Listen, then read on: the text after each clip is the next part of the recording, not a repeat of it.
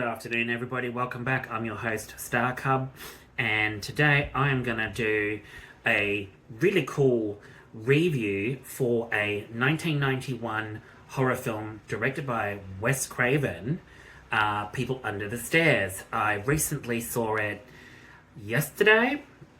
I'd never seen it before, and man, was I fucking surprised by this film. I actually really thoroughly enjoyed this film.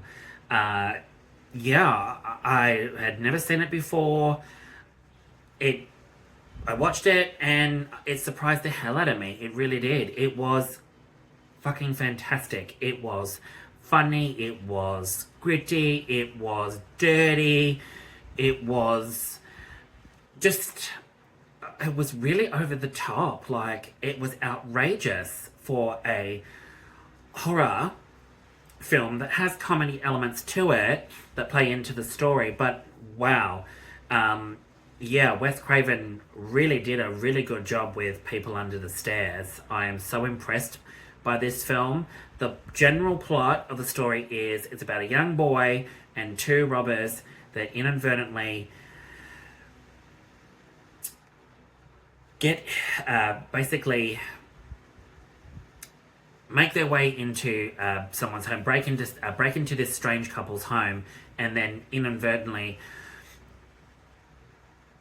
all this weird shit starts happening. Like, no joke, it is batshit crazy. It's about a young boy and two robbers that basically want to break into this odd couple's home to steal their rare coin collection.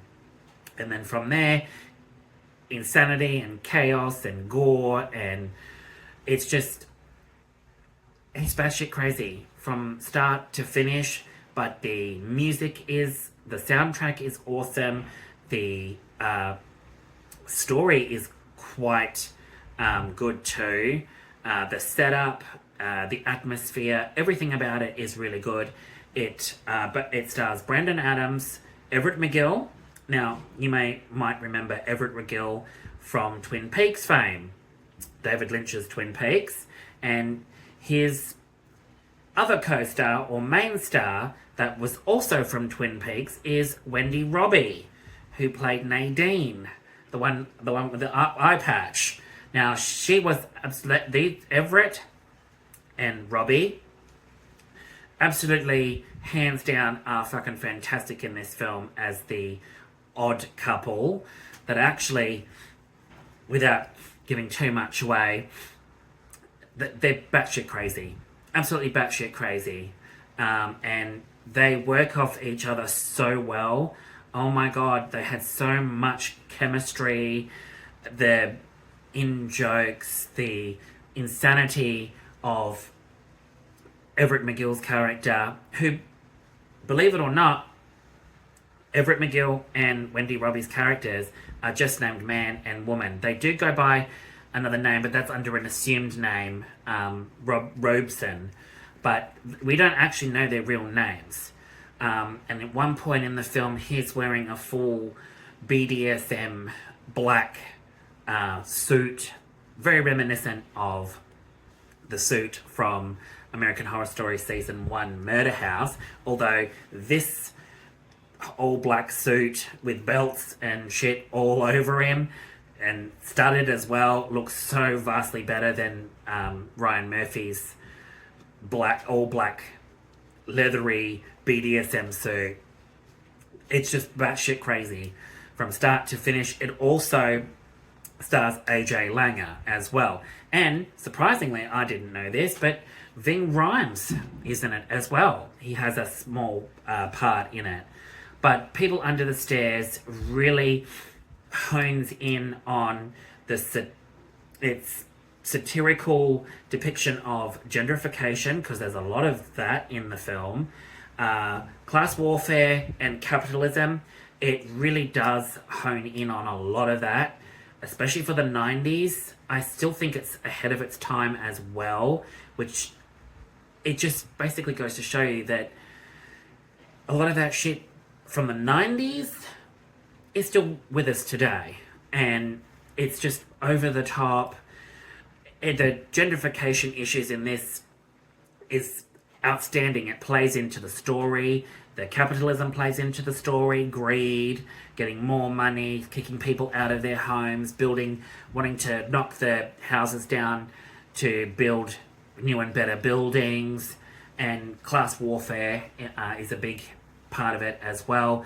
But really, honestly, what makes this film is the entire cast, especially Everett McGill and Wendy Robbie, are absolutely amazing, and I can see their characters just, if there was a sequel to this, and without giving away any spoilers, I won't tell you how it ends, but if you guys need to go and watch it, because it is really, really good. But with the ending, the way that it ends, I'm just saying, in another universe or in another potential remake or a remake based essentially, or reboot, their characters could go on to a sequel or whatnot and be even more batshit crazy. This film surprised me. It really did. And for me, being a huge Wes Craven fan, I'd never seen this film before. And I watched it on YouTube the other day, and I was just hooked from start to finish. It was so well done. And the actor that plays the boy in it, some of his one-liners are fucking hilarious. He did an absolutely brilliant job. And I think his name is Brandon Adams. That's the actor's name. And he played Poindexter Fool Williams. He was absolutely fantastic in the lead role as a little kid.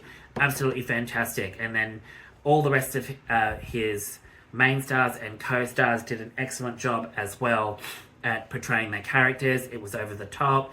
It wasn't gory in the sense that, like, blood and guts everywhere. It did have gore in it, and it did have blood in it, but it had that mixture of blood with off-screen deaths, and when a body gets flung somewhere, or for instance out of the shadows, you get to see the throat slit and bodies being eaten and whatnot, but it's off-screen, so some of it is more effective off-screen, but the on-screen violence in it is way over the top and so brilliantly done that it is not in-your-face gore.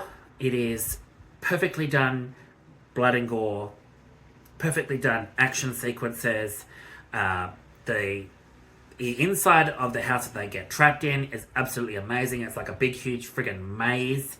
The set design for this film was absolutely amazing.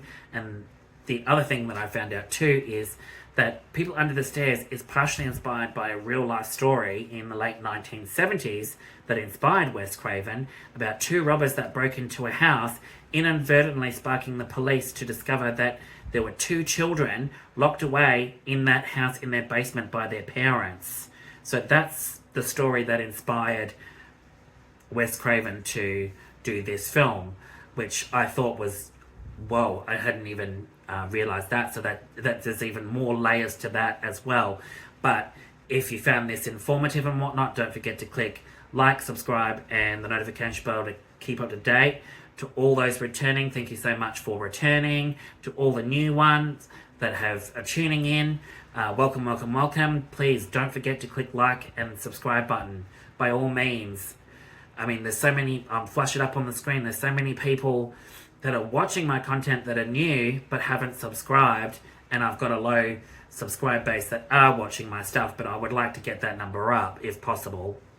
But if you feel like you just want to tune in and watch here and there, that's fine too. I'm not going to be offended by that whatsoever. But thanks so much for watching. I hope you enjoy this review, and I will catch you with the next review in a few hours. Thanks for watching, guys. Alright, take it easy. Bye.